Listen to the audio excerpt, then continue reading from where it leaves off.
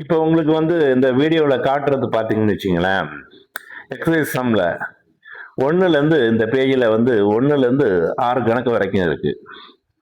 இப்போ நம்ம வந்து நியூ ப்ராஃபிட் ஷேரிங் ரேஷியோ இது சம்மந்தப்பட்டது தான் பார்க்க போகிறோம். இப்போ இந்த நியூ ப்ராஃபிட் ஷேரிங் ரேஷியோ சம்மந்தப்பட்டது பார்க்கும்போது உங்களுக்கு வந்து அந்த எக்ஸ்பிளைன் பண்ணிட்டு தான் நம்ம போக முடியும். அதாவது ஃபார் எக்ஸாம்பிள் ஏயும் பியும் 2 பேரும் சேர்ந்து ஒரு பிஸ்னஸ் ஸ்டார்ட் பண்ணுறாங்க. இப்போ அந்த அவங்க ஸ்டார்ட் பண்ணக்கூடிய பிஸ்னஸுக்கு வந்து நான் தான் அக்கௌண்டன்ட் வச்சுக்கிங்க. இப்போ என்ன கேட்டு தான் எதுவாக இருந்தாலும் செய்வாங்க, நான் சொல்கிறது தான் அவங்களும் கேட்பாங்க. அதே மாதிரி அவங்க வந்து பிஸ்னஸில் பண்ணும்போது கிடைக்கக்கூடிய லாபத்தை கொண்டு வந்து என்கிட்ட வந்து கொடுப்பாங்க, நான் வந்து அவங்களுக்கு பிரித்து கொடுப்பேன்.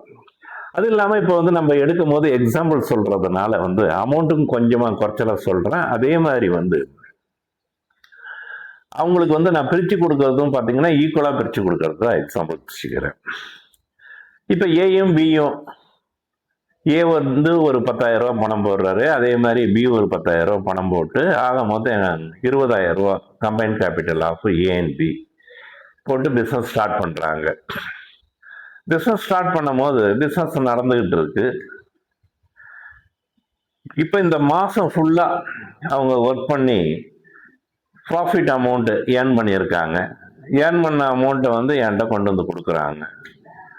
3,000 கொடுக்குறாங்க ஃபார் எக்ஸாம்பிள்.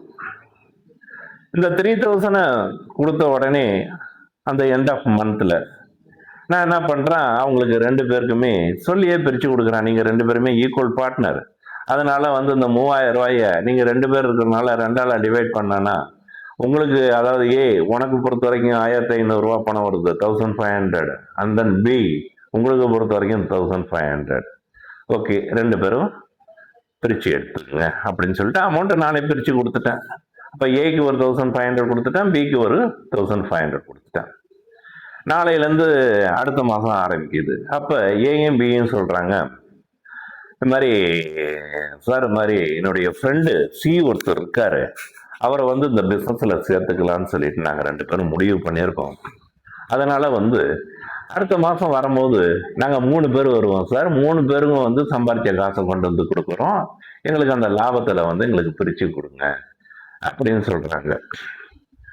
சரி வாங்க அப்படின்னு சொல்லி அனுப்பிவிட்டேன். அப்போ அதே மாதிரி எண்ட் ஆஃப் செகண்ட் மந்த்து வந்தாங்க, சேம் அதே 3,000 கொண்டு வந்து கொடுத்தாங்க. அப்போ நான் பிரித்து கொடுக்கும் போது பழைய பிரகாரம் சியை மறந்துட்டேன். சியை அவங்க சேர்த்துக்கிறத மறந்துக்கிட்டு நான் பாட்டு ஏக்கும் பிக்கும் இருந்தாப்பா, ஏ உனக்கு பொறுத்தது 1,500, அதே மாதிரி பி உனக்கு பொறுத்த வரைக்கும் 1,500 பிரித்து எடுத்துக்குங்க அப்படின்னு சொல்லி பணத்தை பிரித்து கொடுத்துவிட்டேன். பழைய பிரகாரமே நான் என்ன பண்ணிவிட்டேன், ஏக்கும் பிக்கும் வந்து 1,500 1,500 சொல்லி பிரித்து அவங்க கையில் கொடுத்துட்டேன். கொடுத்துட்டு உடனே பக்கத்தில் யார் நிற்கிறான்னா சி நிற்கிறார். அப்போ தான் ஏயும் பின்னு சொல்கிறாங்க, ஐயோ சார், சியும் வந்து பாட்டம் தானே சார், மறந்துட்டீங்களா? அப்போ அவருக்கும் பிரித்து கொடுங்க சார்.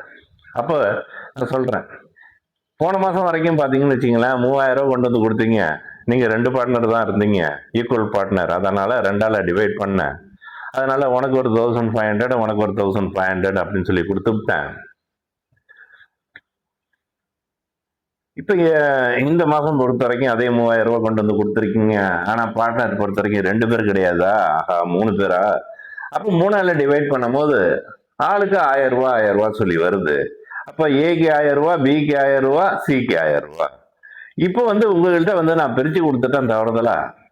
அப்போ ஏ நீ விட்டு கொடு ஒரு 500 ரூபாய, அதாவது சாக்ரிஃபைஸ் பண்ணு.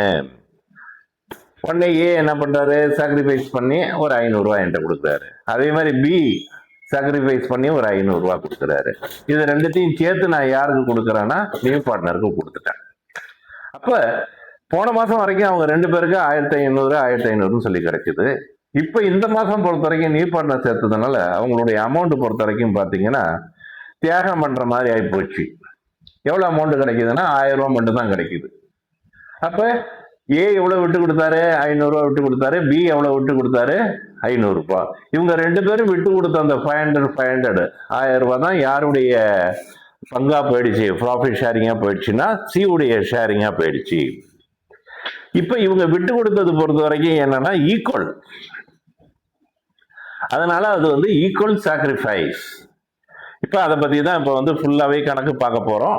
இப்போ வந்து இதில் பொறுத்த வரைக்கும் மெத்தட்ஸ் பார்த்தீங்கன்னா வந்து ஈக்குவல் சாக்ரிஃபைஸ்னு ஒன்று இருக்குது, அன்ஈக்குவல்னு ஒன்று இருக்குது, அதுக்கு அடுத்தது ஒன் பார்ட்னர் ஒன்லின்னு ஒன்று இருக்குது, இன்னொன்று வந்து ரிமைனிங் ஷேர் அல்லது ரிமைனிங் பார்ட்னு சொல்லுவாங்க, கடைசியாக சரண்டர்னு சொல்லுவாங்க.